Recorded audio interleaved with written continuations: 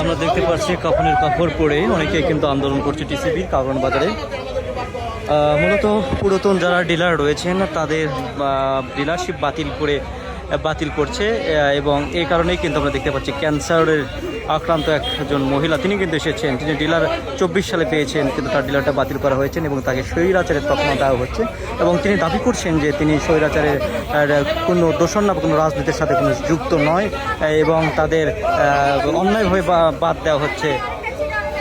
আমরা দেখতে পাচ্ছি এখানে কিন্তু কয়েকশো ডিলার, বিশেষ করে বাংলাদেশের বিভিন্ন প্রান্ত থেকে, বিভিন্ন জেলা থেকে কিন্তু কয়েকশো ডিলার এসেছেন তাদের দাবি দেওয়া নিয়ে এবং বিশেষ করে এই টিসিবি যিনি চেয়ারম্যান রয়েছেন তার বিরুদ্ধে তারা কিন্তু নালিশ করছেন। তিনি অন্যায়ভাবে ফেসিস্টের তকমা দিয়ে তিনি তার ডিলারশিপ বাতিল করছেন এবং অনেকেই এই চেয়ারম্যানকে ফেসিস্টের দোষী হিসেবে কিন্তু দাবি করছেন।